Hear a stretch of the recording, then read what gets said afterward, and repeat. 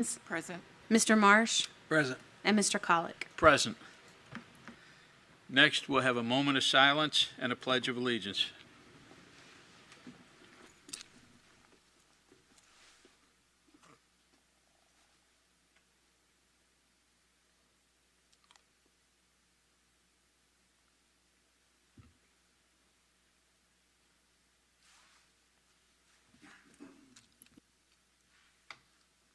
Pledge allegiance to the flag of the United States of America and to the republic for which it stands, one nation, under God, indivisible, with liberty and justice for all.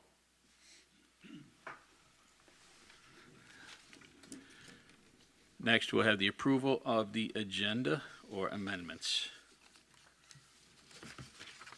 Mr. Chair, I move to approve the agenda as presented. Second that. We have a motion and a second. Is there any discussion?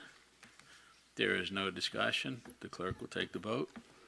Mr. Wooster, Yay. Mr. Cunningham, Yay. Mrs. Tynes, Yay. Mr. Marsh, Yay. and Mr. Colick. Yay. Again, today is March 14th, 2023, and this is a school board work session, and I want to welcome everyone that is present and those that are watching at home.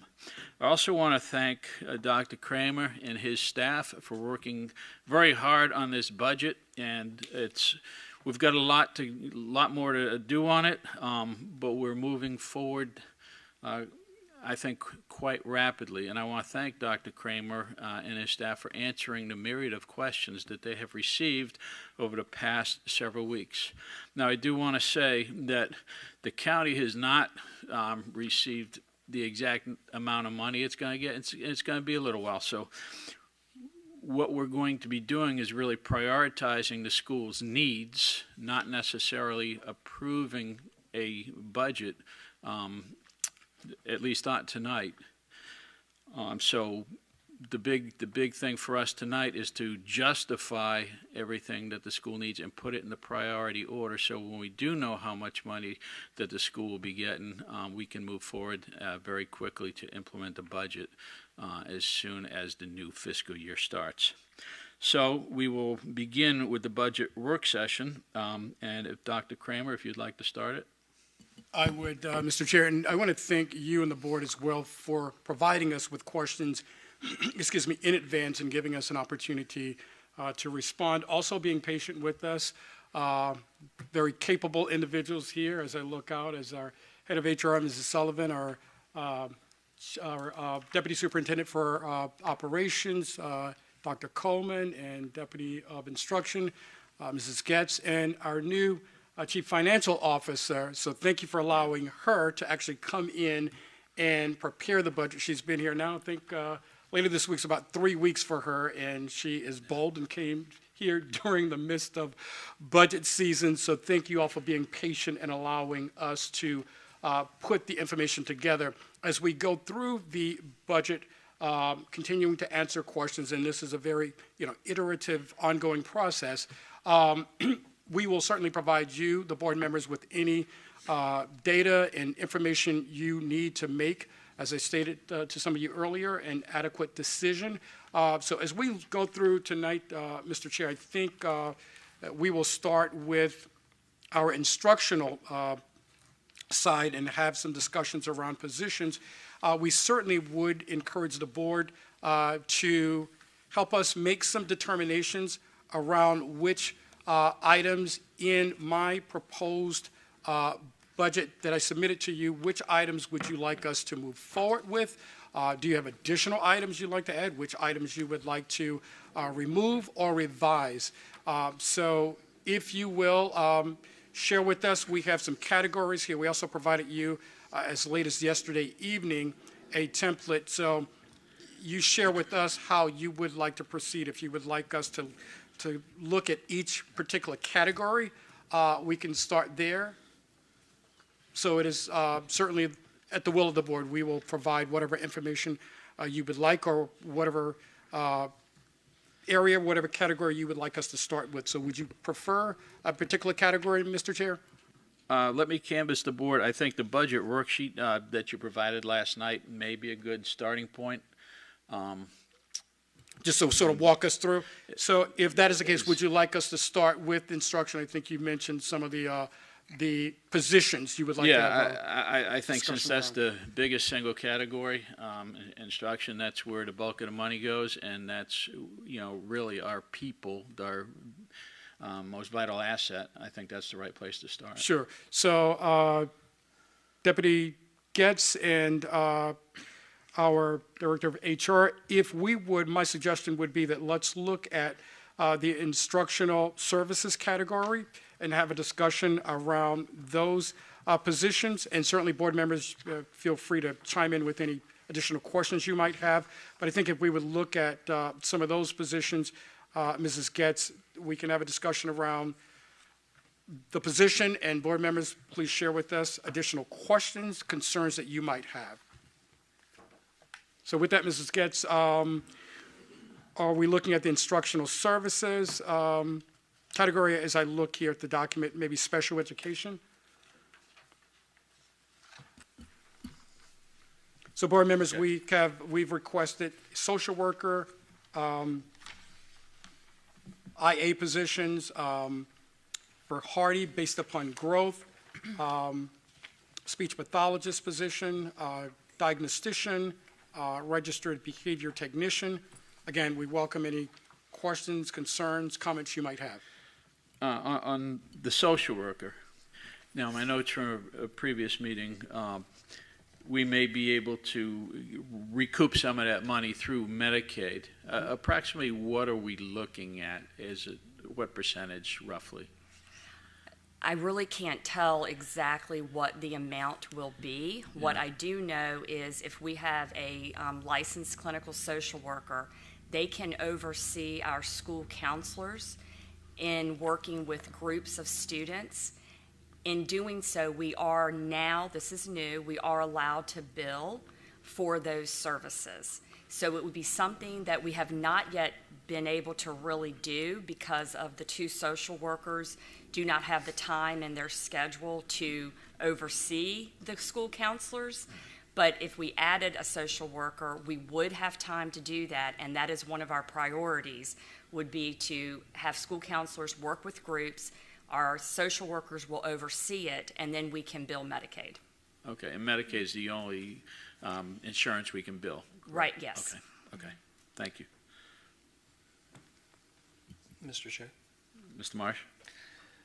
Ms. Getz, I'm going to make a kind of a blanket statement, and you drive me in the right direction here. Mm-hmm. So I've asked a lot of questions over the past couple, 2-3 months. I've come to the conclusion that as a whole, our teachers and administrators spend a lot of time on special education across the board.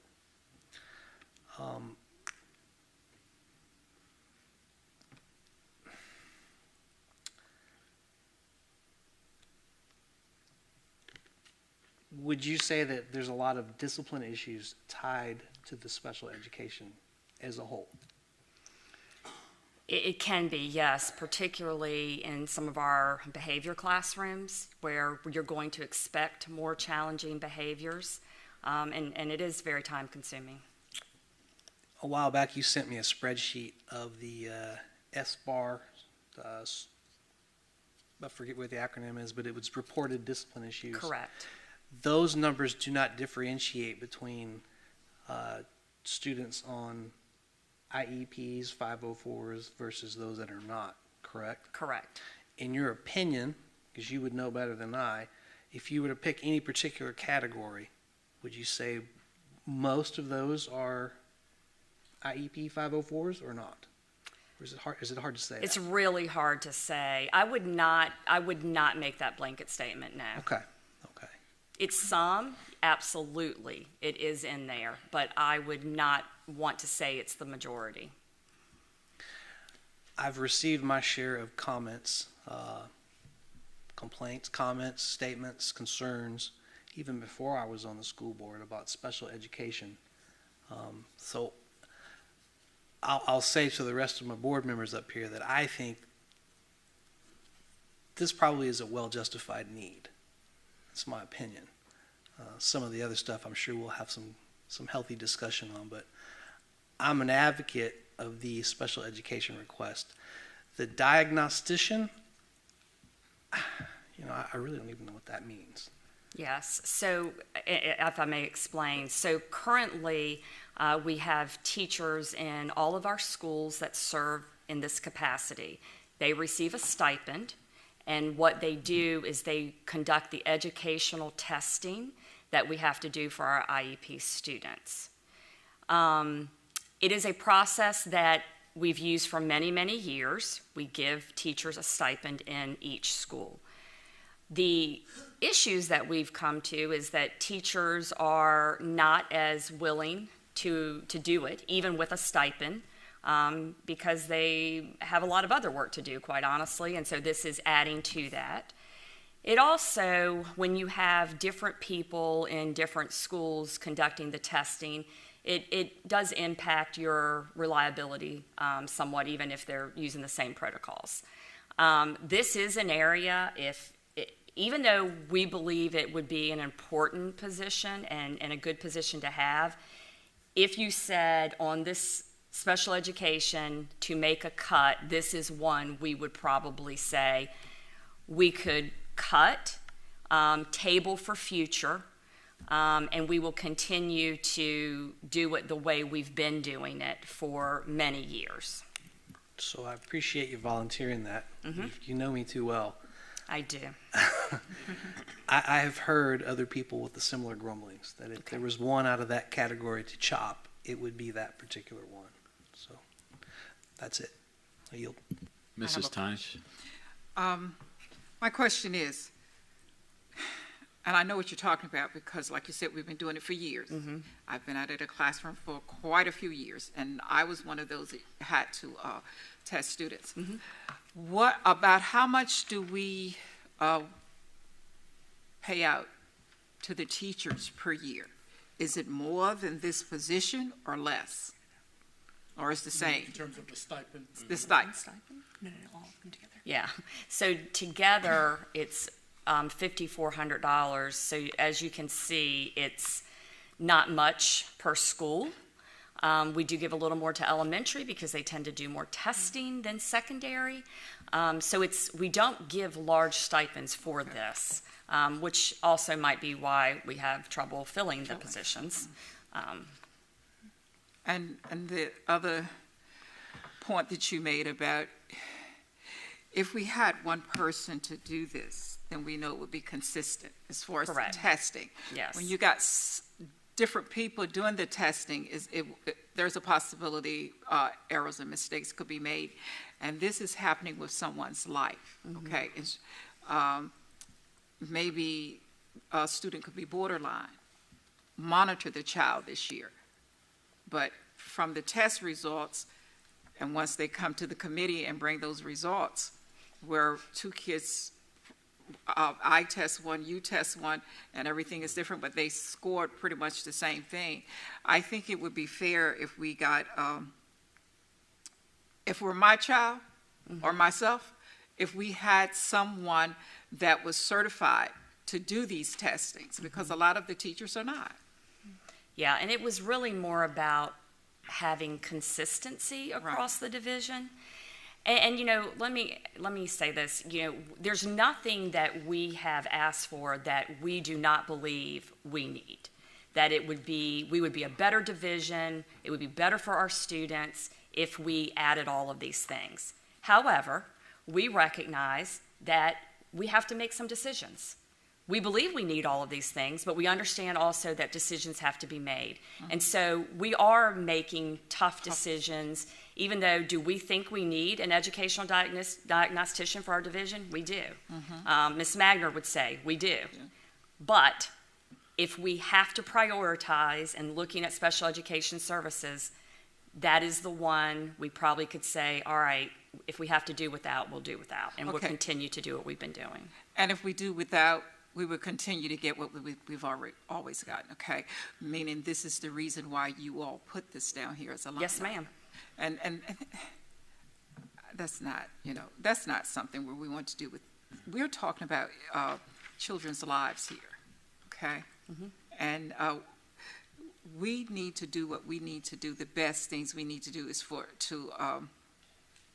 to make sure the students get their instructions, okay? And if we're not going to be fair with that from the beginning, what are we doing? If we have to cut some other place, but I can't see cutting this position because it's an instructional position that there is a need for it.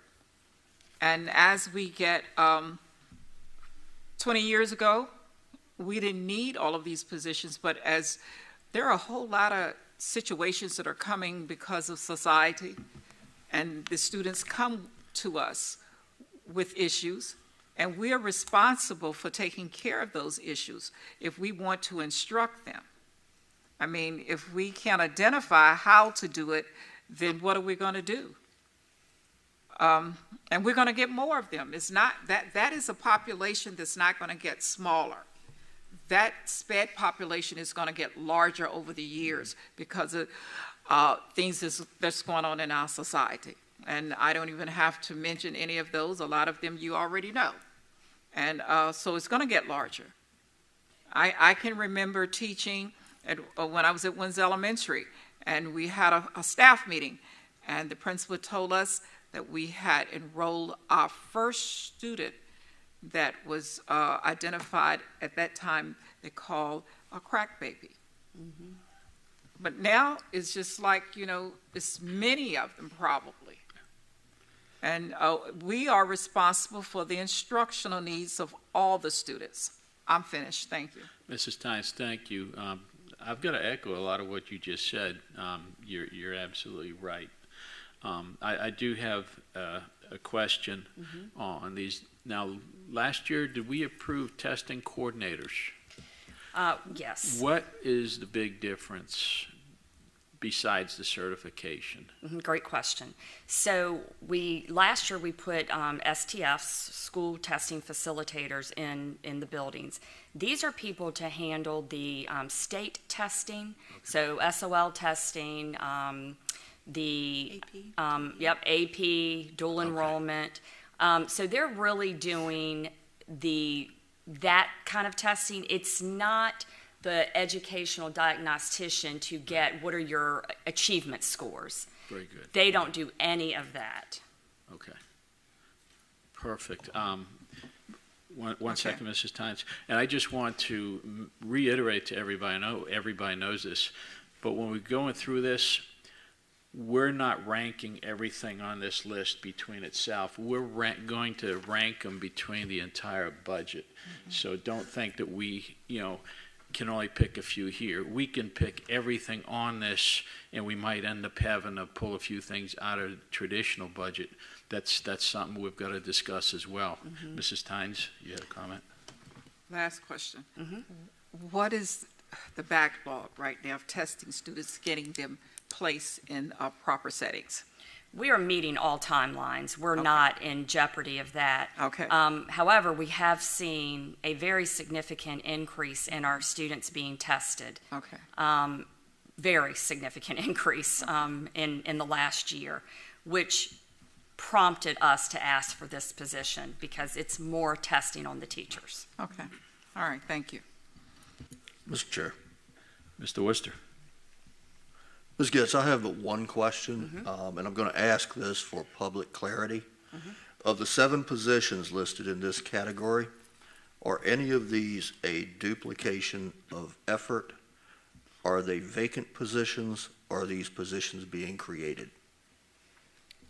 Okay, the social worker is being created to add a 3rd social worker.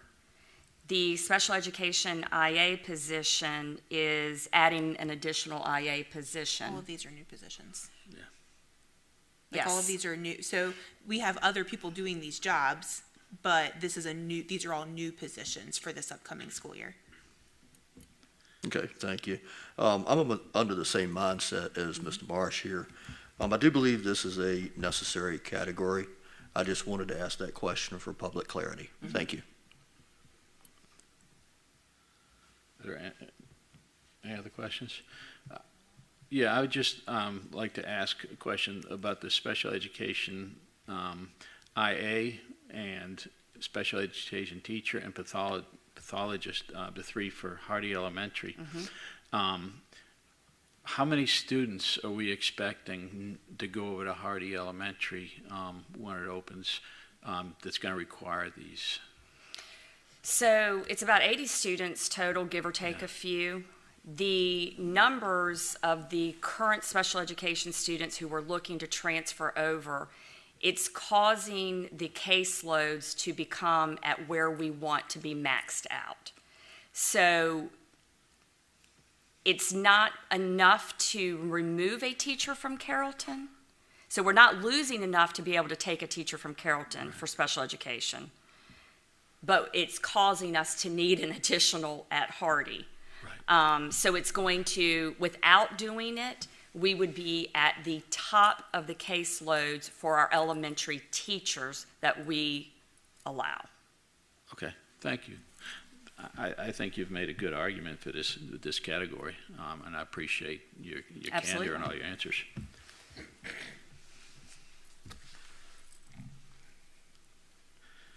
Okay, let's move on, Mr. Chair, if I may. We can look at the next page. I think it starts with the Dean of Students for that next category down.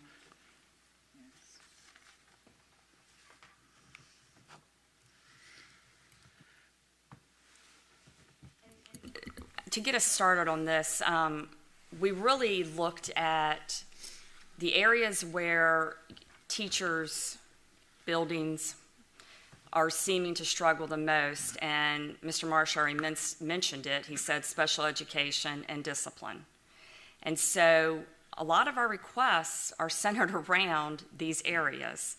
The dean, the social worker, the registered behavior technician, these are dealing with special education and discipline. And so I just wanted to add, that is a focus. It is intentional, and it's something that we are, the school security officers, it's very much centered around the same type of thing, the discipline. Well, I'll go ahead and start with the Dean of Students. As we, you and I had discussed, I'm still trying to wrap my head around that and still trying to figure out, my position on it. It's a tough one, but I could support it if we find, in the rest of the budget, and I'm talking the big budget, where we're going to be able to have some savings, so we can do that. And like we talked about, we don't know what the results are going to be. But if we, have come to an agreement, we'll do a 3-year test drive, and then in 3 years we come back with the statistics. We look at the numbers, and if it is beneficial, hey, it's something we keep. But I would be good with it as long as we meet both of those parameters. That we can save money and we're collecting the data. Mrs. Tynes. Yeah. All right. Because the Dean of Students for the high school, that came from the high school administrators, the principals, right, saying that we need this position. And if they're asking us for that, it's not just this end of the county, it's both ends of the county. The principals need this. I think we need to support it, because with a lot of the things that are going on in our community, I'm not even talking about nationwide, I'm not even talking about Hampton Roads, I'm talking about in our community. Some of it is hidden and some of them is out there. People know it's happening. I think we need to support this, because every opportunity that we can deter anything from coming into those buildings and keeping all of our students safe, and I think this would be another level of keeping our students safe. I don't disagree with the thing you just said. And that's all I wanted to say. No, I don't disagree. I don't know in my mind if this is going to work, but I'm willing to give it a try. I'm ready to fight for this, because we know the importance of this. Maybe there are people out there that don't know that. They think, oh, we don't need that. but until something happens, okay? And then they're gonna say, well, how come you all didn't do it? You had it on, to do it. You Yeah. should have fought for it. Yeah. So I think we should send it on and fight for it. If the Board of Supervisors turn it down, at least we can say, we tried, okay? No, I agree, okay? It's just where are we gonna put it, in, the priority order? That's all. That's. Oh, okay. Okay. But I think you and I agree. We need to put it up where we're safety somewhere. Because, I mean, if we can't keep the students safe, then we can't do the instructional You're absolutely right. piece. Safety is paramount. That's right, and Yep. the kids need to feel safe when they come into Yep. our buildings. Yep. Mr. Marsh? Mr. Worcester? I have one question. Ms. Getz, we have already had this conversation, but when you're dealing with a dean of students, the main focus for that, and correct me if I'm wrong, is to deal with investigations and the assignment of disciplinary actions. When looking at the security positions, I've had people from the community send me emails, and they have attached documentation to those emails detailing the PD of, security officer. And one of the duties of the security officer is also to handle investigations. So when looking at these two, and I know the other one's in a different category, but looking at these two positions, and again, for public clarity, could you explain why you could or could not use the security officer positions in place of the dean of student positions? Sure. Do you want to answer? Sure. So when you're looking at an SSO and the type of work that they would do in an investigation, they might review video cameras. They might, do a initial kind of surface level talking to students about who might have been a witness, that sort of thing. But then when you're looking at the assistant principal, that's more about like when they're doing the level investigation where they're drawing conclusions and then making determinations on the level of infraction that the student might have might have occurred, and then making decisions on the consequences of those. And so that's that. So when you're looking at dean of students versus SSO, there are really two different roles with the investigations. Does that answer your question? It does. Okay. That just leads to one more. Is there any instance in which the two positions could overlap with each other? I mean, I definitely see them working side Side by side. Where, your SSO is going to be out and about, is there to try to help with the preventative, from keeping students from engaging. Presence is key. Seeing that adult in the hallway and knowing that they're being monitored, being able to have someone going during classes to sweep the hallways. Bathrooms, lunch duty. The SSO will not be in an office position. It will be roaming the hallways, eyes and ears on students all day long. In my previous division, we had SSOs, and it was one of the most, they were so in tune with the students. They were really kind of that boots on the ground, hearing things before they became a problem. And then that dean of students position was then able to address it in their office and to work to help mitigate incidences before they actually occur, and then to also process those when they did occur. And when we talk about layers of safety, and that's something that I know we discuss a lot, the SROs are a layer of safety. SSOs, the school security officers, a layer of safety. Vestibules, a layer of safety. We're talking about weapons detection systems, a layer of safety. The dean of students, another layer of safety. And so all of these together will work together to improve school safety. Okay, thank you. You're welcome. I'll have more questions when Sure. we get to the next category Yep. with the SSOs. Thank you. You're welcome. I've got to say that in the last 6 months, I am really glad so many people have embraced the 7-layer security process. Mr. Marsh? Dr. Kramer, if you had to pick one over the other, a dean of students or SSOs, which would you pick? That is not a fair question, good sir. It's like asking me which is my favorite child. Well, I'll preface this in my view, because I'm sitting here looking at a spreadsheet that Mrs. Getz compiled for me of the behavior issues from 2018 to current semester one. And across the board, nearly every category from both the middle schools and both the high schools have went up. Some of them are over doubled. I think it's fair to say, and I'm just a simple guy, that if discipline is an issue, learning is an issue. A dean of students, from my interpretation, is going to be in place to deal with the administrative burden that comes with that discipline. Correct. The SSO is going to mitigate some of that discipline. My opinion, convince me otherwise, is that the SSO should take precedence over a dean, because if we reduce the discipline, the administrative burden should decrease, and hopefully academic performance should increase.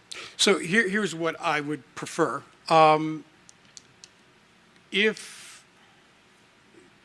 I guess not if, when, we have to make some decisions as it relates to, reducing certain position, prioritizing, I would ask that we be allowed to look at how we can make some revisions, and here's what I mean by that.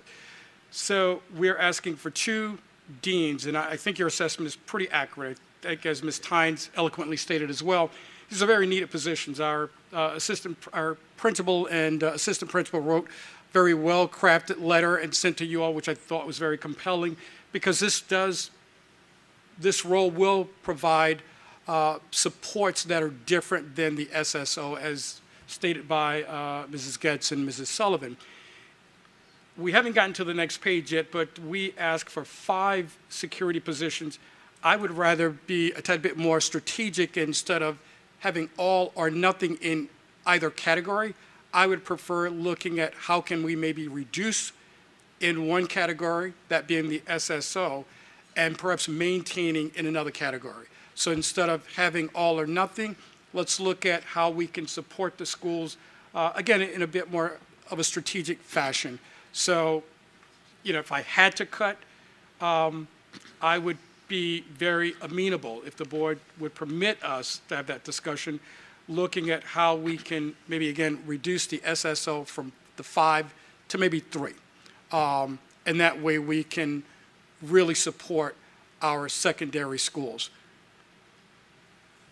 Thank you, Doctor. Thank you, sir. And I think it's fair to say, I'm speaking just for me, I think everything's up for discussion at this stage. No, you're absolutely right. So we're talking a little bit about discipline, so I just want to get off the dollar bill for a second and, talk about the enforcing our school regulations when it comes to conduct, discipline, dress code, cell phone usage, etc. I have had phone calls from a few parents. Teacher last week at a meeting mentioned, the cell phone use is off the charts in the schools. I really think we need our teachers to enforce the rules. The administrators have to back up the teachers. And I know that's difficult at times, especially when you have a screaming parent in front of you, but we've got to start enforcing the rules better, including the dress code. And I think we do that, we will mitigate some of the discipline problems. Definitely not all of them, but I think that is extremely important that we do. Mr. Cunningham. Mr. Chair, I do believe it is. I do believe the SSOs will take care of that problem. The teachers already have enough on their tables. So if we've got the SSOs that are moving around, roaming throughout the day, I think they'll take care of the dress codes. And they can catch the students when they come in the morning. To put that responsibility on the teachers, I don't think that would be fair. And actually, the teachers could contact the SSOs. And I hate to say it like this, but it's like good guy, bad guy. Yeah, I'm not putting it squarely on the teachers. It's really on any of the staff members that work in that school, the first person, excuse me, first person that sees it obviously is the one that should be taking care of it. The biggest thing, excuse me again, are the phones. Okay, the teacher is the person that's got to stop the phone usage when he sees them in his or her classroom. But you're absolutely right. It is not just the teachers. The teachers have a specific job to do, and that is to teach the students. But there are going to be times that they're going to have to, tell kids, hey, you can't do that. Okay? But no, your point is well taken, Mr. Cunningham. Mr. Chair, I've got something on the phones also. Some of the schools, and this is from looking at things going on all over the United States. Some of the schools actually have bags, and I know that's another layer of security, and also would cost money. But the phones can be. We can have bags, have the phones placed in the bags. I don't know what schools around here are doing that. Maybe Newport News. But take the phones from I hate to say take the phones, but the phones go in a bag.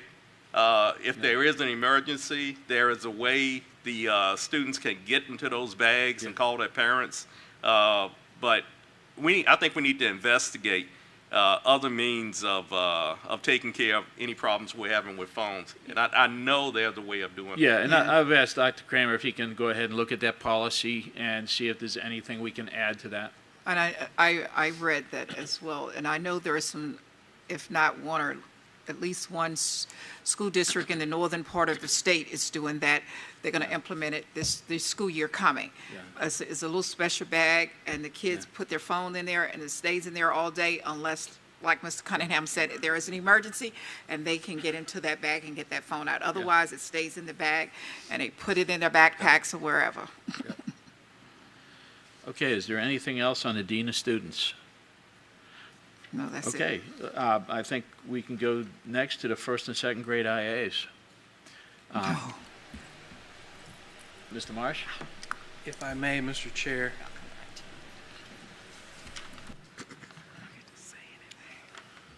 So Dr. Coleman gave me some numbers today. Here you go, Doc. You're getting put on point right off the bat. So he gave me some numbers today. And last year, we received $10,651,221 in various grants. That's school construction grants, Gear Vision, HVAC ARP, CARES, ESSER 2, and ESSER 3. $10,651,000. That's a lot of money. Early on, I asked the question, how much of those, what I will call COVID money, how much of that COVID money is requested? In other words, what did we lose that we're asking to compensate for? The lion's share of that is the IAs to the tune of $645,000. Correct? That is correct. Right. So, and there's a couple other small ones, but in my view, if that's really the lion's share of what we're trying to make up for, in other words, what we got in COVID money that we want to carry forward, I think the IA position is a much needed and well-deserved request. Having seen those folks in action, having two kids in elementary school, seeing what they do firsthand, trying to compensate for learning loss and everything else that they do, it's hard to put a price tag on that. And in the grand scheme of things, I think $640,000 is a small ask to make sure kids can read and write. And I'll rest on that. Yeah, I would agree. I visited two of the elementary schools, specifically to see the IAs working. I know they've helped one of my grandsons tremendously. So I do know they're working. I know they're effective, and I, like you, fully support this particular item. Mr. Cunningham. Mr. Chair, and remember this, that amount is for 20 IAs, so that's quite a bargain. And I have seen them working at Hardy, and also that was last year when I went to Hardy and also at Carrollton Elementary, and Carsville too, as a matter of fact, and they are very effective. I mean, if the primary teacher has some issues with one student, or the student doesn't understand, and the IA can take over, and they can, move over to the side or something, and bring that student up to speed. So yeah, we definitely need to fight for this one. Yep, I agree. I yield. Mr. Chair. Mr. Worcester. Okay, Ms. Getz. Apparently I'm picking on you tonight. Dealing with the IAs, it's specifically listed as first and second grade. And we know that the third graders are directly affected by the COVID shutdown. We've had this conversation, but again, for public clarity, people looking at this or watching right now, can you detail how this will relate to third grade, as well as will this have a direct impact on the learning loss associated from the COVID shutdown? Yes, so when we put the IAs in the budget, we used ESSER to pay for them 2 years ago, the primary purpose was to address learning loss. That was the number one goal for the IAs. At the time, it was first and second grade. Those are the grades, those are the students who were experiencing the most learning loss. Now, as the years have progressed, then so have some of the students in those grades. So you're right, third grade is an area that students are impacted by learning loss, and principals have the authority to use IAs in those classrooms as well. So whereas originally they were only first and second grade, even though they are still working there, they may not work with every second grade class. They also may go work with 1 or 2 third grade classes. We allow the principals to have the authority to say where they need their IAs to work.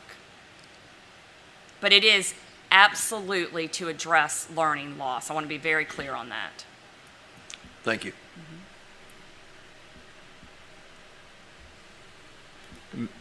Mrs. Tynes.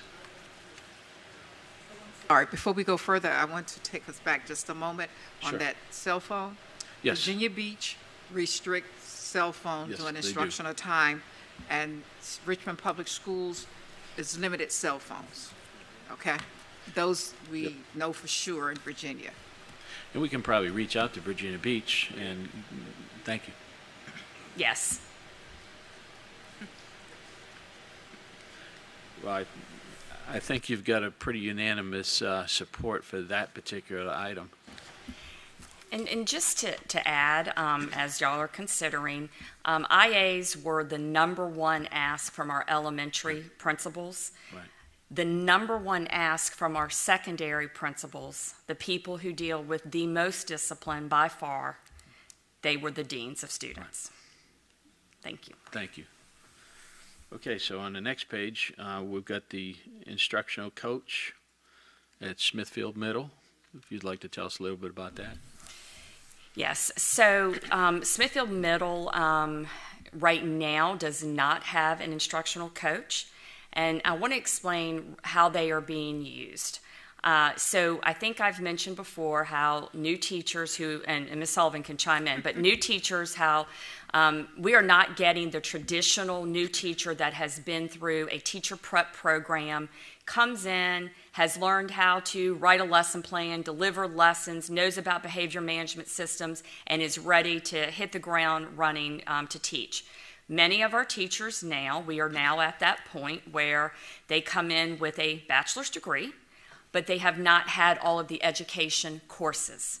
So someone has to teach these new teachers how to operate in the classroom. And our instructional coaches have been instrumental. I truly don't know where we would be, and I can't emphasize this enough. I do not know where we would be without our instructional coaches working with our new teachers. And not even just first-year teachers, but in the first 5 years, or teachers to a new grade level, they work side by side with these folks. They go in the classroom, they model for them, they like hands-on coaching right beside them to help them become effective teachers. So, and previously, before we really hit the wall with being able to attract teachers who have their teaching license, they worked on perfecting the instruction. Now it's more, we're still doing that, but it's also just the part of teaching them how to be effective in the classroom. So Smithfield Middle School right now does not have an instructional coach. And so it's up to the administrators there to do that, to work with the teachers. And we're finding that that's an area that is difficult because middle school has a lot of behavior. I don't know if you remember middle school, right? I love middle school. However, there are a lot of behaviors in middle school. So they're not able to spend as much time working with their new teachers as they probably would like to be and need to be. And so that would be the reason for asking for that instructional coach. How many instructional coaches do we have at the other schools? So we do not have one at Carsville. We have the assistant principal and the coach. The assistant principal assumes kind of all those duties.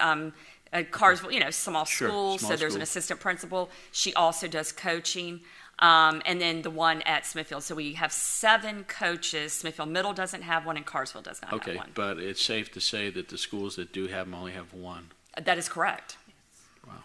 And so, Mr. Collick, if I may add, so the duties of helping to coach teachers, it falls on the instructional coach, but also the administrators. That is a role of administrators that often they are not able to truly fulfill because of special education meetings is very time consuming. And the disciplinary process is also very time consuming. So whereas we would like them to be in classrooms more, the reality is the demands of the job that can't wait, those are things that can't wait. You can't wait on discipline, have to be addressed quickly. So we're seeing a lot of benefit out of our coaches. Okay. And you're saying Windsor High has a coach? Yes, sir. And they have fewer students than Smithfield Middle? Yes. Just interesting. Okay. Mrs. Tynes? Mr. Chair, Yeah. I think I mentioned at a previous meeting that we had, this is one of those situations when we have cutbacks that comes from state. And when the state restructured the colleges, institutions, universities, and they no longer offered teacher education classes, you had to go into a discipline. This is the issue now that's coming back to the local school districts where we have to supply that teacher education. Before, when they came to us, they got it from their colleges, but they're no longer getting it from their colleges. They're just getting that subject matter, whether there's going to be history, math, the sciences, or whatever your English, whatever you're teaching, that's what you're majoring. But you're not getting the instructional piece as far as teacher education, okay? So that's where the instructional coach piece is coming in. It's coming back to us in Virginia, okay? Yeah.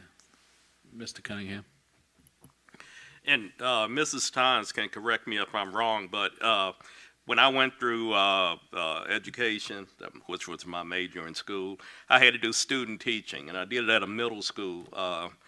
And believe me, if the teachers are not going through that, they are missing out. Yeah. Because, you can sit in the classroom all day and learn how to be a teacher, but you have to get out there and practice what you've learned.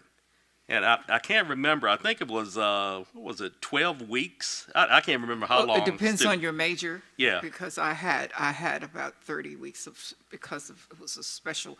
But even so, that was student teaching. Yeah. In which Yep. they're still coming out doing student teaching, but I'm talking about on campus where you were in labs, you were sent out into the different school buildings whatever your university, what district they were in. And you were sent out into the buildings and actually work hands-on with the students, come back, give reports in class. All of the students got together. And the instructors taught us how to teach before we entered the student teaching process. So once we went out into student teaching, we knew what to do. And once we finished student teaching, we could enter any school in Virginia and say, hey, we are teachers and we're proud of it. We cannot blame the individuals today. Like I said, the whole structure was changed, okay? And because of that, we have to pick up that particular piece that was, I'm not going to say it was dropped. The state of Virginia just said, we're just going to change it. And they changed it. So this is what we're picking up now with the instructional coaches, okay?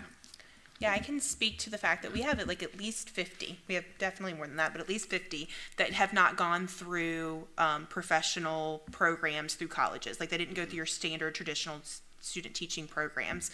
And we met with our first year to the profession teachers yesterday. Dr. Kramer and myself met with our teachers this is their very first year in teaching, and they loudly, vocalized that not having those skill sets coming in has been detrimental to their ability to provide the best education that they know that they want to. And so they're still growing in that. And really, the instructional coaches, that was like one of all of them that had them in their buildings. And Smithfield Middle School was kind of like, wait a second, what's this? Why don't I know about this person? Because they really spoke to how wonderful that experience has been for them.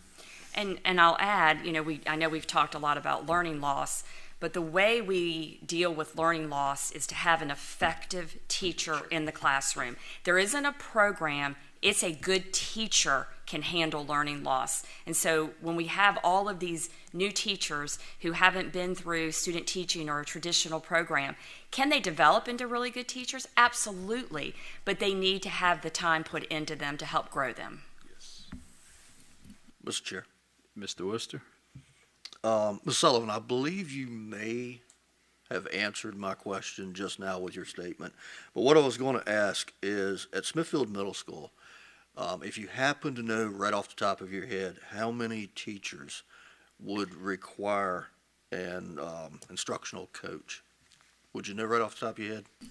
Well, all of them actually, when you say require, I think all of them can benefit from an instructional coach. Coming out of a building at Windsor High School, our most veteran teachers benefited from having a sounding board to talk about new instructional strategies that they wanted to try in their classroom, and to have someone whose only job is to really research those up-and-coming instructional strategies, best ways to deal with students, best ways to address new learning loss problems. Like their sole job is to research that and then to practically take that information back to the classroom teachers and then to model it and then give them the feedback on their implementation of it. And so all of our teachers would definitely benefit from that. Now, I could definitely get you information on exactly at Smithfield Middle School how many teachers haven't gone through that traditional teacher prep program that we can say would even more benefit from that as well.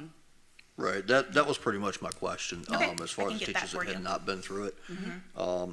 And I was hoping you might have had it right off the top of your head, but that's okay. If you can get that to me later, that'd be great. Absolutely. Thanks.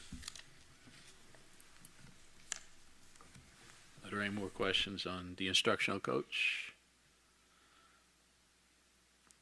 Okay, we're almost an hour into this, gotten through a page, so why don't we just look down the rest of this category, and if there's anything that you'd want to discuss, we'll just start there. Mr. Marsh. So I may not be the most popular guy with these comments, but I'll throw them out there and is what it is. If I had to pick something on the list to cut, it'd be the additional pre-K and the additional pre-K IA. Because I know we're going to have to cut something. So given the fact that we just rezoned Carrollton and the highest demand is in Carrollton, I acknowledge the fact that there's a need. I no doubt in my mind that there's a return on investment for having pre-K. All that said, knowing we're not going to get a new school over there anytime soon, I think, in my opinion, if we have to trim, these two get trimmed. I would ask, what is the county match on those?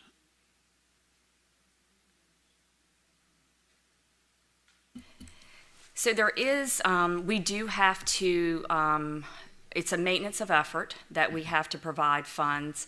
I do not know the exact amount per teacher. We do receive state funds for the program, but we also have to contribute a maintenance of effort. It's not a full salary, but I don't know, and we can research that and get back with you with the exact amount. I will say a couple of things. We do have a waiting list, and we do every year. We have a waiting list, so we could fill another classroom. If it's not this year, perhaps it's something that can be pushed to next year. But I think we can all agree pre-K is important. And so it is something that I would definitely want to circle back to if we're not able to do it this year. Yeah, because we're looking $110,000 is the total, but we would be reimbursed some of that money. We are. So that's not a full call, yes. Yeah, I think when we find out what the real numbers are there, that's something I'd like to talk about again. Sure. That way, Mr. Marsh and I can put on the gloves and fight that one out. Okay. Sounds great. Mr. Cunningham.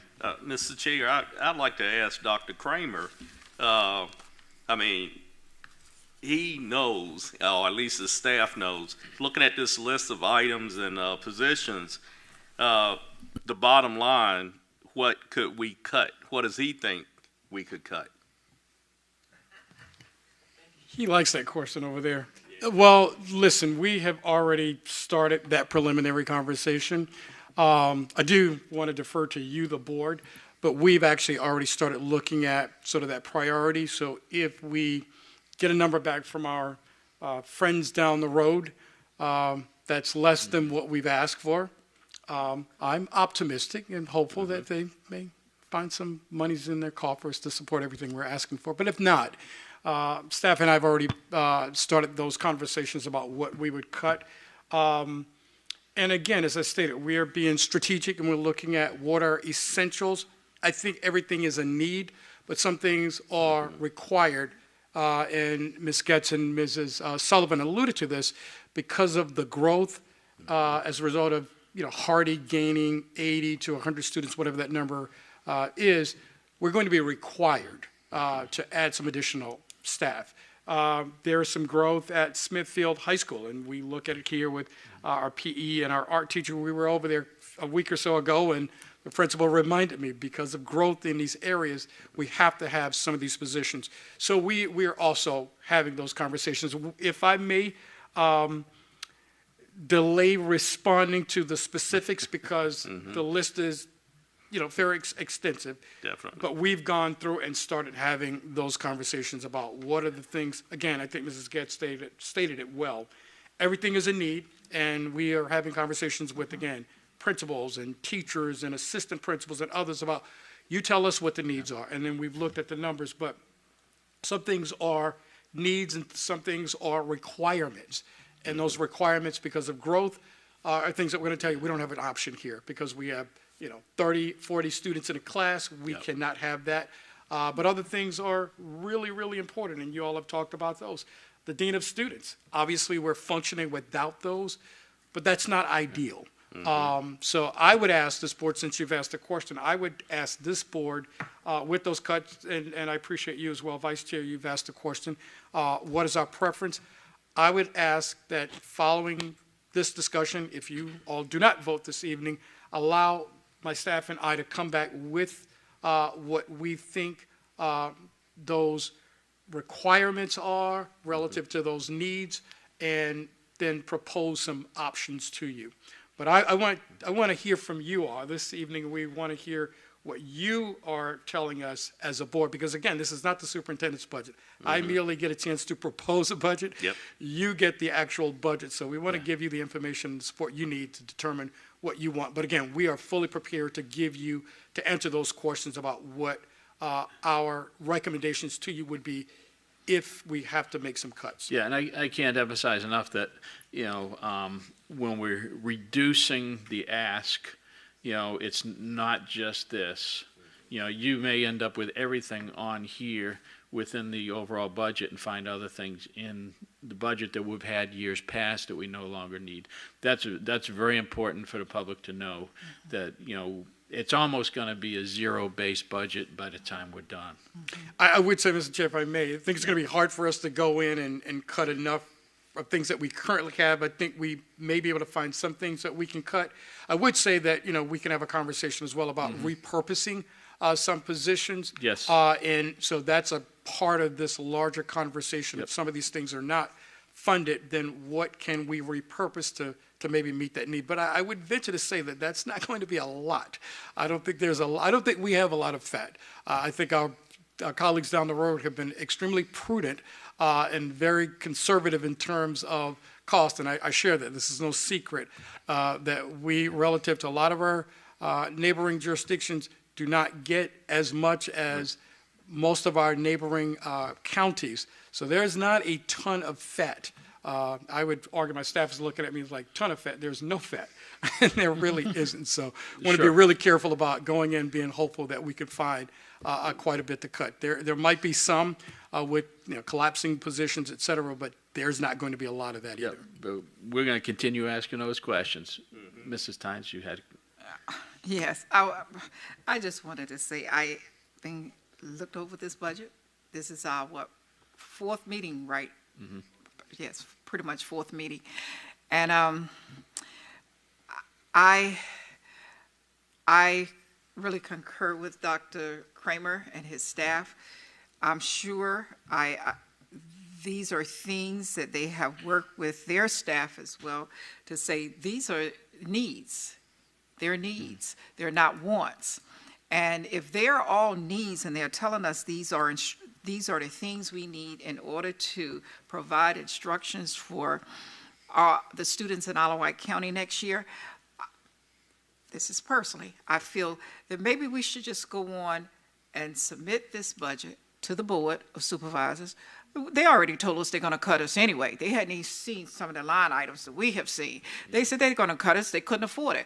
And then once they bring it back, give the superintendent and his staff an opportunity to go through and say, hey, this is all we have to work with, and this is what we're going to do. Because we could sit here for hours and hours and hours and come up with the same question for every item, and Dr. Kramer's going to give us the same answer. It's like choosing between which one is the best child. You can't do that. So just let it go, and they're going to send it back the way they want to send it back to us anyway, okay? Okay. Mr. Cunningham? This is short and to the point. I think what we really need to do tonight, I know it's important to understand each one of these, but we have done at least four meetings on this. I think we would do, the best thing to do is put a criteria together, because we're going to have to prioritize tonight what we think is not saying we have to decide what we can do without, but we need to prioritize what's the most important thing. I recommend we use what we use for the CIP, safety being first, and work our way down. That will save some time. I mean, present whatever we have. Remember, the Board of Supervisors said you need to prioritize this list. You're absolutely right. And it's not going to be easy. No, and we were going to run through this real quick, and then we were going to do exactly that. Okay. So, yeah. I yield in. Okay, so does anybody else have anything under the instructional portion? Any positions that they're particularly concerned about? No, Mr. Chair, if I may, Mr. Marsh. for the sake of time, I think we've had quite a few healthy debates on most of these already. So, Yep. I think we could probably start to rack and stack and make a little sausage here. Okay, I do want to mention on the next, under Dr. Kramer's requests, out of the four of those, lunch monitors, from me going around and talking to a couple principals, several teachers, a couple IAs, that didn't seem to be a real concern by most of the elementary schools. I received 2 emails out of all the emails I got on a budget. Only 2 people sent me an email saying that was vital. I believe, and I don't remember 100%, I believe both of those were from Carsville, but I'm not 100%. So take that for what it's worth. I think the IAs and the teachers, from what I understand, most of them eat lunch with the kids, or, excuse me, eat lunch in a cafeteria anyhow. So I'm not sure that we really need to retain that, at least in all the schools. Mr. Chair, Mr. Worcester. I just want to chime in on that same topic there with the lunch monitors. Yeah. If you've got the SSOs in place, they're going to be roving anyway, and they could also serve as a lunch monitor. Yeah, the SSOs won't be at the elementary schools. So we're not Lunch having monitors the are for the elementaries. lunch monitors are for elementary. Okay, Okay. I yield. Yep. But Mr. Wooster, originally, it was talk that we would maybe put SSOs and all, but today we said we were only going to do the high school, middle school. So that cut the elementary out, okay? Although it would be nice So to have. You were correct. We did say originally from the original budget, when it was proposed, that we would have maybe SSOs in all of the buildings to go along with the SROs. Yeah, the SSOs would be nice to have at every school, but there's no way we can afford that. So is there no more discussion under Dr. Kramer's requests? We'll just jump into the CTE category, if anybody's got any comments in there. Mr. Chair, Yes, Mr. Worcester. I've got several questions here, actually. All right. The patient care technician teacher, is that a new position, or is one currently in existence? No. Great question. So this is a new position. This is an area that we thought we could possibly delay and incorporate it into our current nursing program. We do want to grow CTE, and we want to add this as a separate program with a separate instructor. However, could we delay it another year? I think we could, and we could do a soft rollout of the patient care technician program next year with maybe full implementation the following year. With that said, I think we could also, if we did do that, we could reduce the furniture equipment for patient care technician to $25,000 instead of $50,000, knowing that it's not going to be a fully separate functioning program next year. So it's not cutting, it would be delaying. Now, I've got a question, a follow-up question to that, if it's okay, Mr. Worcester. If we're going to delay it, we're still sending a kind of a subtle message to supervisors. We'll ask for this increase next year instead. Would that be correct? That position, yes, Yeah. we would look to add that position in the future. Because again, we do want to grow our CTE Right. programs, but I think it's something, like I said, we could do a soft rollout next year, incorporate it into our current nursing program, and then look for full implementation the following year. If I may add, Mr. Chair, I think this is one of those where we talk about what's required, so there's enough interest to, we're growing that program. Right. So as Mrs. Guest is stating, we may not have enough students this year, but as we grow that program, this is going to be essential. This is not optional. As the numbers grow and we have, let's say, 20 students in Right. that program, or 40 students potentially, 20 in one program, 20 in the other, we would absolutely have to have this program. Right, Or so this teacher, rather. if we didn't do it fully this year, how many students are not going to have that opportunity? So we went back and looked at the numbers of how many students that we would have eligible, because you have to complete the Nursing 2 program, and so it would be about 10 students that would be eligible for next year to even start the program. So I think we would be okay to delay that, and then again we kind of get the word out, we show what I think it's going to be a very popular program. Yeah. But sometimes when you first start them, that's why I think a soft rollout really could make a lot of sense. look, drum up Okay. the interest, and then the following year. So that could be a savings of $80,000, and then what did I say, $25,000 for the Right. equipment area. Okay, that sounds good. Great question, Mr. Worcester. Anything else? I've got a few more. First off, I mean, I fully support CTE Yes. programs. I'm looking at the purchase of equipment, furniture, et cetera, for the patient care technician program. Not exactly sure what that is going to entail, but I'm very familiar with the cost of medical equipment, and I believe $50,000 is probably going to be a low estimate. It may be. We do have some grant funds that we can put towards equipment, but it's not enough to cover everything. So when we said $50,000, we do have some additional funds that we can use for equipment. So just to continue, if you're looking at something, let's say like a hospital bed, is that something you would be included as furniture in this category? Yes, and that's why if we use our current facility, we already have some of that furniture, so we don't have to purchase as much additional material, materials and equipment if we roll it into the current program. But we will when we create the separate program. Okay. Mr. Chair, if I may continue. Please. The CTE coordinator position. Now, I've spoken with a few different people, and they have clarified what that position would entail, part of which would be, basically solely responsible for obtaining grants, being aware of fundings from different areas, making contacts. Could you elaborate on that a little bit for me? Sure.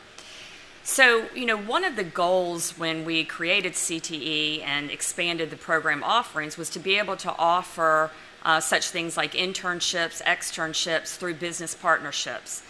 This is one area that I think we are not able to fully devote our attention to because this job is now split between people who also have other duties assigned to them. So in order to fully expand on business partnerships, that means you have to go out, you have to talk to businesses, make agreements. To do that, we need someone who can be devoted to this.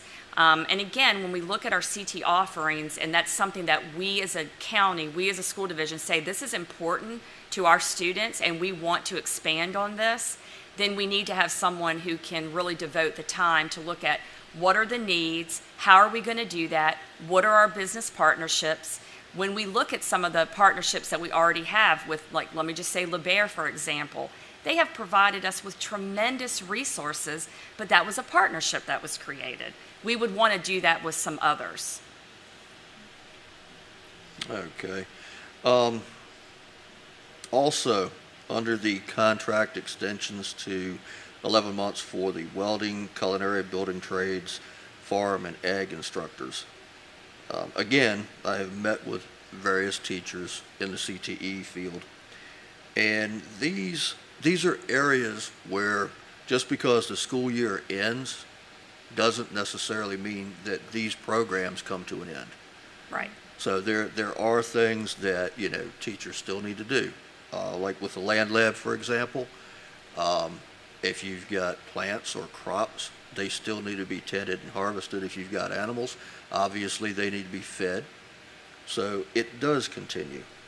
The last one I have, and this is one that I just need more information on, as far as increasing the operating budget for equipment maintenance and replacement. Can you just kind of detail that one for me? Sure. So, at this point, we've been in operation for several years with CTE. The equipment is no longer brand new, so it is requiring additional maintenance and sometimes replacement. That was not built into the budget, and it has been a real struggle. When we looked at the water heater that cost $10,000, and we had to replace it because you have to have that in culinary. It's required. So the equipment, it needs to be serviced regularly, it may need to be repaired, and it may need to be replaced. And so this is an area that we definitely need to have funding specifically for that. Okay, and this The 75,000 listed, Yes. is that to cover every CTE program in the schools? Correct. Because if you start looking at, and I'm just going to use the welding, for example. Yep.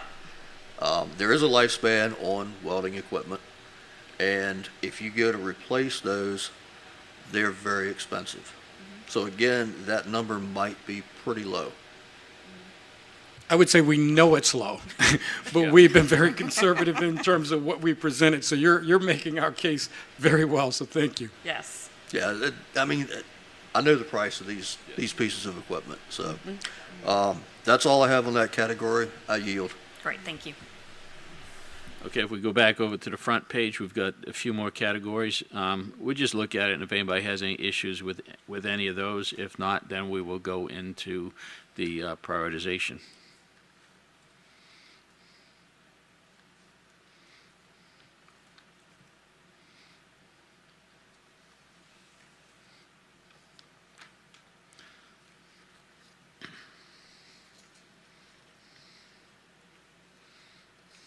And Mr. Chair, do want to Dr. Kramer? bring to your attention, we also have the operations, so that was the instructional, those were the instructional requests. We do have some operational requests, operations and maintenance, pupil transportation technology, and a few administration, human resources. So do want to bring that to your attention. Yes, and I do have a question floating out there. I don't know if you've got the answer to that yet, Dr. Coleman, about if we were to go to 20 years for the buses, or 350,000 miles, or buy, just drop one bus every year. Right. I don't have that exact answer yet. I think the question was to extend the life of the bus from 300,000 miles to 350 to 400,000, and from 15-year to maybe a 20-year extent. I don't know have the exact ramifications from that, but I can get those answers back to you. Yeah, I don't know if it will save us a dime, Right. but it's good to know. Right. I will definitely check into that. Okay, thank you.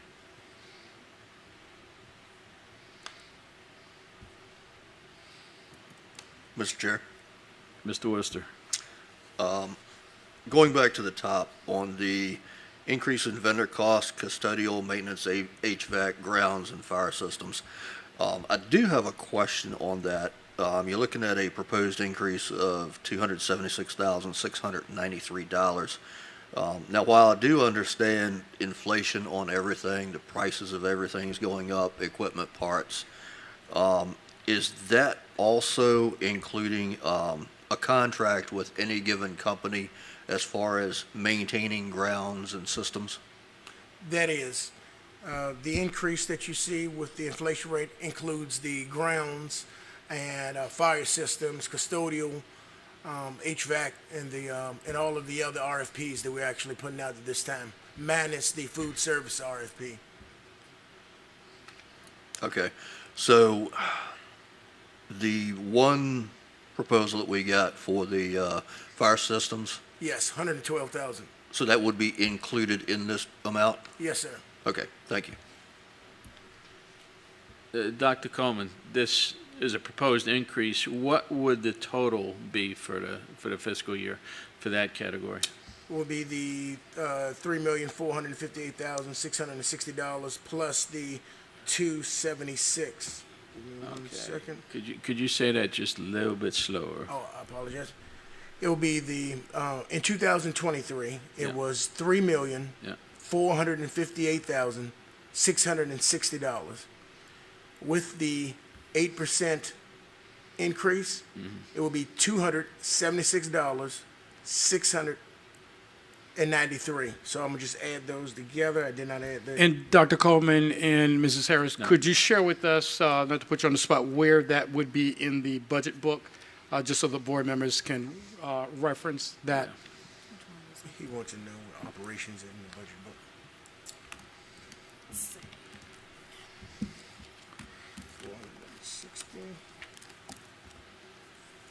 Should be under the operations transportation. Is that the one for the transportation? No, just overall operations, just custodial.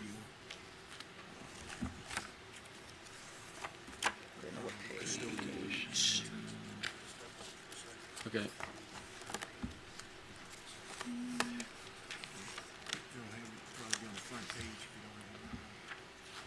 I have very good. Page 92, I think.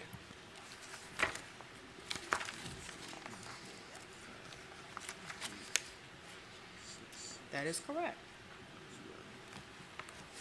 Was that number 503? 19404-503?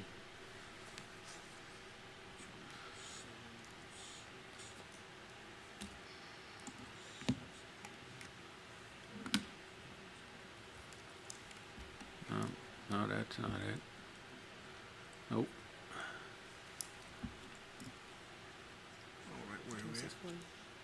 Oh, this number looks like a combination. Okay.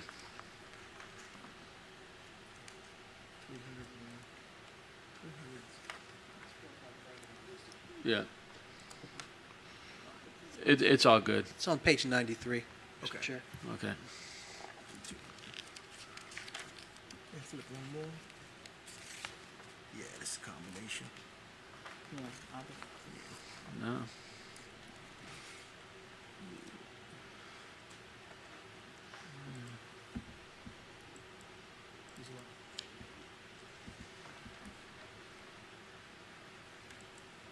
Mr. Chair. Yeah. My page 93 is different now.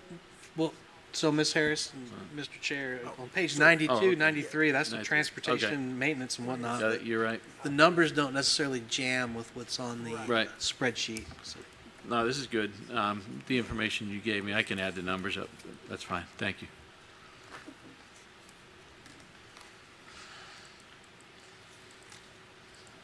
Okay, does anybody have any questions left from this document? Okay. Well, let's move on, and we got to prioritize this stuff.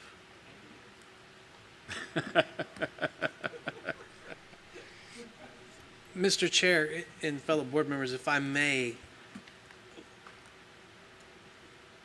I think before we just start jumping into this head first, come up with a method to the madness. Exactly. I'm not sure how to do it. Well, we have some experts here. Please, Ms. Tice. I'm sorry, I get these from Jessica. I just did mine, and we all prioritize these categories. And then we can come and say, see how many have this one for number one, and we can just break it down like that, because we just keep talking back and forth. And we can say, like for number one, we can say, I'm just going to throw something out there. We can say, pool. We're not doing a pool. Maybe we all have pool for number one. You see what I'm saying? That's not even in a category. I'm just using it for an example, people, okay? That's what we'll do, okay? If that's okay with the rest of you. Perhaps. I'll just suggest it, and I'm not arguing with you. Maybe rank them in numerical order, and we'll add them up and use the golf method. May I make a recommendation to you all as well? Our Please. job is to make your jobs easier. Yes. You all have day jobs. This is our day job. You're the expert. So may I recommend, and I don't think you're prepared to vote tonight. If you were, then, but if you're not, I would ask that you allow my staff and allow me the opportunity to propose recommendations to you that many of you have alluded to this. I think you started, Vice Chair Marsh, you did, you specifically asked Board Member Cunningham. I think we can make your lives a bit easier. If we know we have to cut things, let us take the first proverbial bite of the apple. Yep. And say, here's the amount here are the things that we think are not the essential. They're needed, obviously, because I don't think we would have added them. Because listen, I am not exaggerating, Mrs. Getz and Dr. Coleman can acknowledge this. We had well over $10 million of wants, right? Sure. And we said no. We did that for you and says, no, these are wonderful, not going to happen. If we can, and we can do this tomorrow, get you a list of items in priority. Here are the essential things based upon growth that we have to have, right? Here are the things that we need, would very much like to have, would help life in our schools. And then I think we can give you that which would, I think, help you then make decisions. You agree or disagree with that, that's your prerogative as the board, but I think that would really help you make a decision and sort of frame your thinking. Well, I think you all probably understand the education needs much better than we do up here. You know, we've got to ask the difficult questions, but we're asking the professionals those difficult questions, as we were reminded so much in the last couple of months. So I think because we've started this conversation, Mr. Chair, Vice Chair, and members of the board, I think we could, within the next day or two, give you a list of items that we absolutely have to have because of growth, and items we need because of need, and sort of give you that in rank order, and then what that cost savings would be. I think it would just save a lot of time from you having to go through that this evening. We could get that to you, I think, within the next, I'm looking at staff, but we've already started this conversation, so we would not be starting this from ground zero. So we could get you that within the next 24 to 48 hours. Yeah, and I think that would make a lot of sense, instead of us trying to, be here spinning wheels and, sometimes asking questions about nothing we know about, nothing about. I think by next week, we just have to be able to go in and say, okay, this is the amount of money we're asking for. And I think what you're explaining is the right path to take to get there. And with your guidance, I mean, I certainly want to hear if there are some initiatives, some programs that you feel strongly about. I want to hear this, and I feel you've alluded to that, CTE, safety, being those priorities. So I think we know some of the broad categories that we need to focus on, so that's helpful. Also, the budget worksheet that we sent you all, thank you for providing, sharing that information back with us. And also, I think it's important that the public know this, and that is we've had a number of one-on-one meetings with you all as late as today.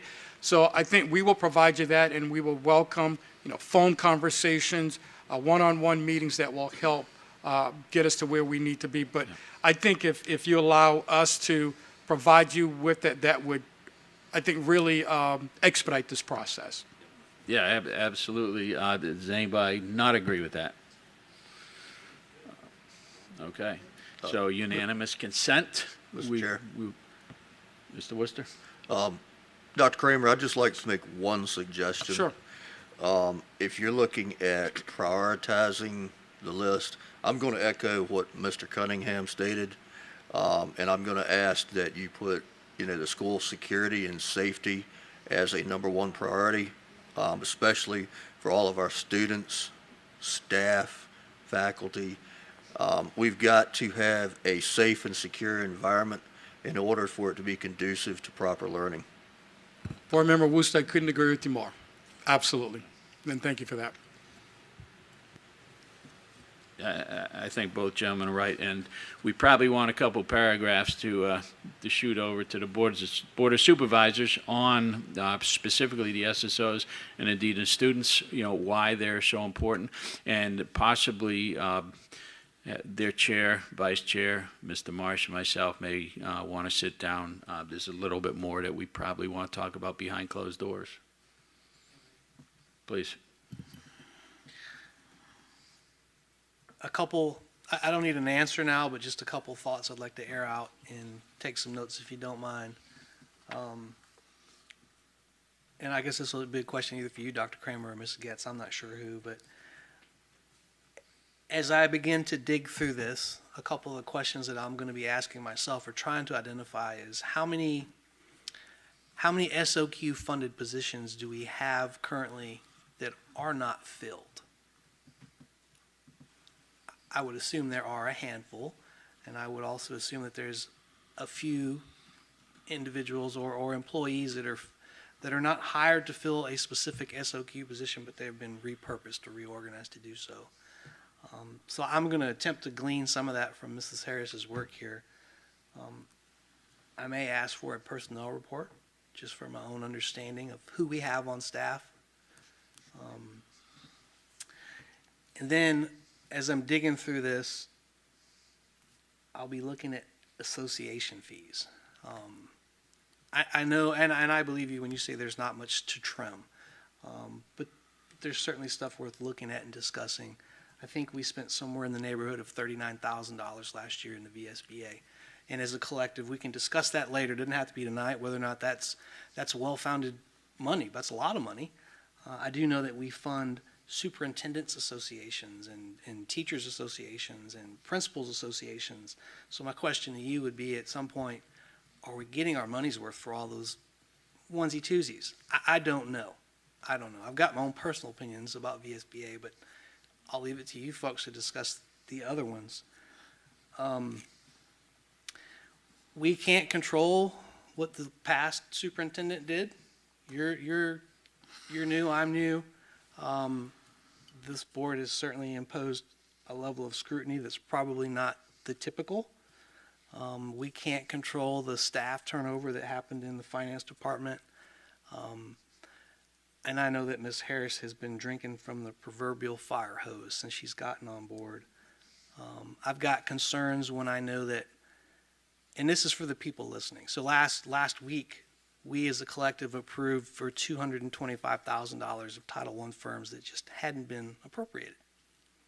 Just didn't happen. Doesn't matter how.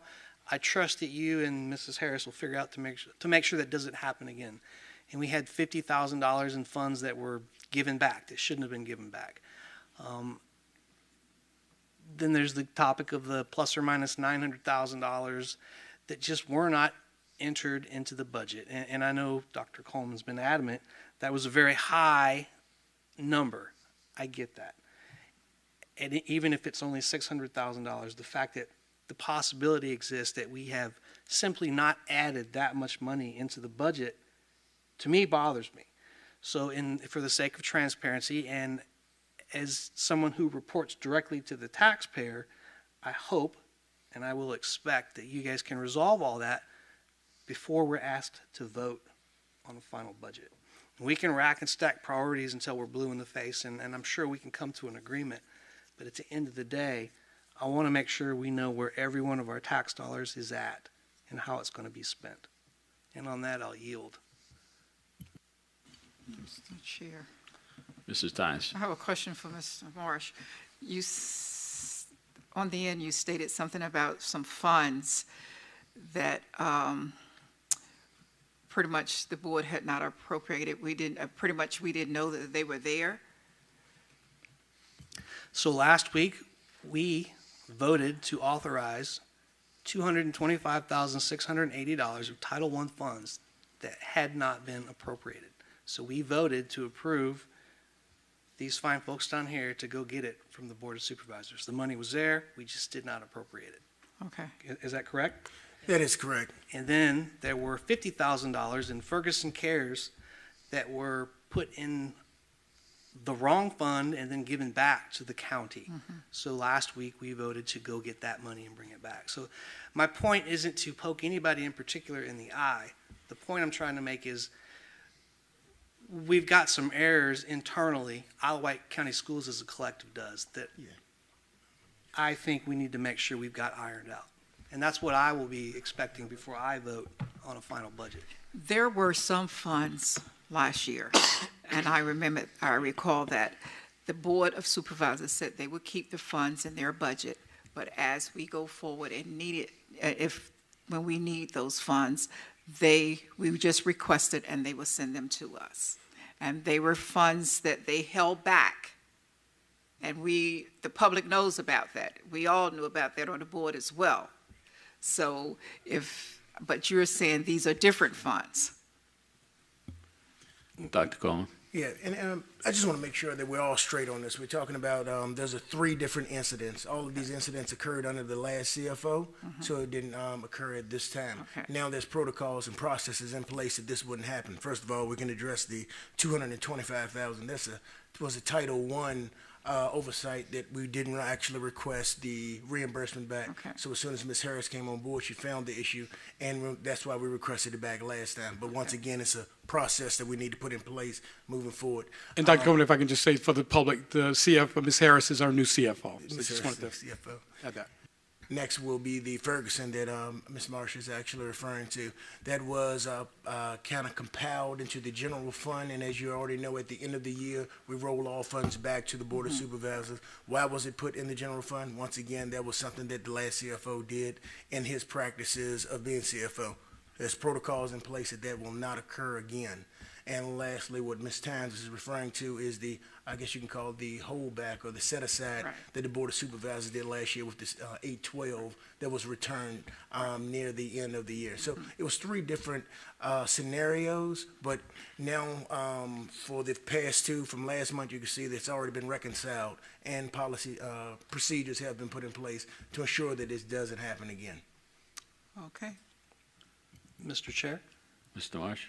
And just to clear the air, Mrs. Tynes, I'm not poking a finger at anybody. Oh, no, that's I'm not what I was saying. I just just- wanted you to explain it because I missed something, because I actually thought you mentioned 3 things, but you only mentioned 2. You just went back and referred to the first one again. Well, it's because I'm cheating and I'm reading Dr. Coleman's notes to me. But the point is, I think it's fair to say that Mrs. Harris has come in, she's cleaning house, she's balancing the checkbook. And I expect great things, and a final balanced checkbook is what I'm personally looking for, and I yield. All right. Okay. And one thing that we didn't discuss tonight that I want to make sure the public is well aware is a potential teacher's raise. Oh, yes. Okay, we haven't discussed that, but I think the board is pretty much in unanimity on that, and hopefully the governor and his office and the legislature make sure all that money comes through. Mrs. And Tynes. just to clarify with that, it is staff. It's not just teachers. I don't want anyone Staff, right. Oh, to, okay. yeah, I don't want anyone that's not a teacher to worry that that doesn't include them. Thank you for the clarification, Mrs. Sullivan. And I'm glad you brought that up, Mr. Chair, if I may. That number is included, and I think it's approximately 1.1 million. If it's at 5%, and we still don't know, it could be more, certainly could be less. But if it is more, that is factored into that approximate $4.9 million request. So thank you very much for bringing that up. Yes, sir. Are you ready to adjourn? Is anybody, Before you adjourn, I want to say something, that's all. Mrs. Tynes, the floor is yours. Okay. I forgot last Thursday when we had our meeting, but I would like to thank the staff for Smithfield Middle School and the students for these wonderful cups they have given us. Now when we come to our board meeting, we can be uniform, and as a female, I really hate just drinking out of a bottle, okay? I have a nice cup with Smithfield Middle School on there. We are family, Family. And family. friends, meaning friends and family, right? And it has our names on it, printed on there. Thank you very much. Mr. Cunningham. The only thing I wanted to make sure we do tonight, the last thing is set up a date for our next meeting, because we haven't discussed that. And I know it needs to be next week, but let's come up with a date tonight. Okay. I just want to confirm it. And that doesn't require a vote, since it's a special meeting. Mr. Chair, if I may, last week, I think Mrs. Tynes said correct me if I'm wrong, I don't want to speak for you, Ms. Tynes. I think Monday or Tuesday next week were both open. Yeah. I think all of us agreed. I think. Over. Yeah. No. Monday and Tuesday, I'm working both days. I have the 22nd and the 23rd available. Now, that's give or take mandatory overtime. I could probably switch the days back and forth.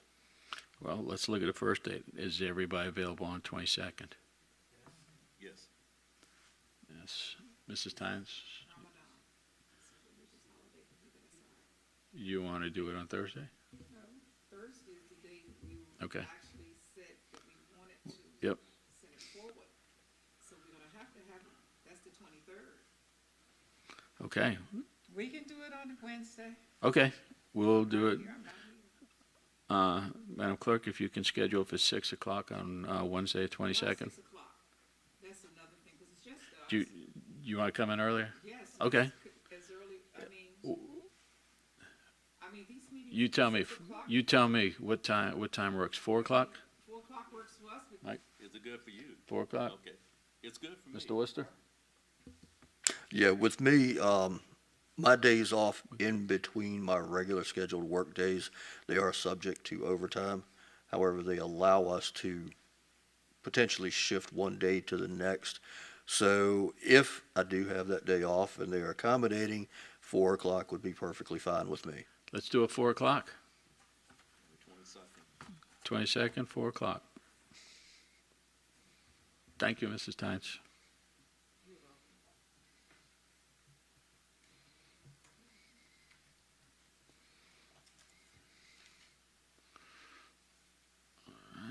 Everybody put in their calendars. Okay. If nobody else has anything to say, this meeting is adjourned.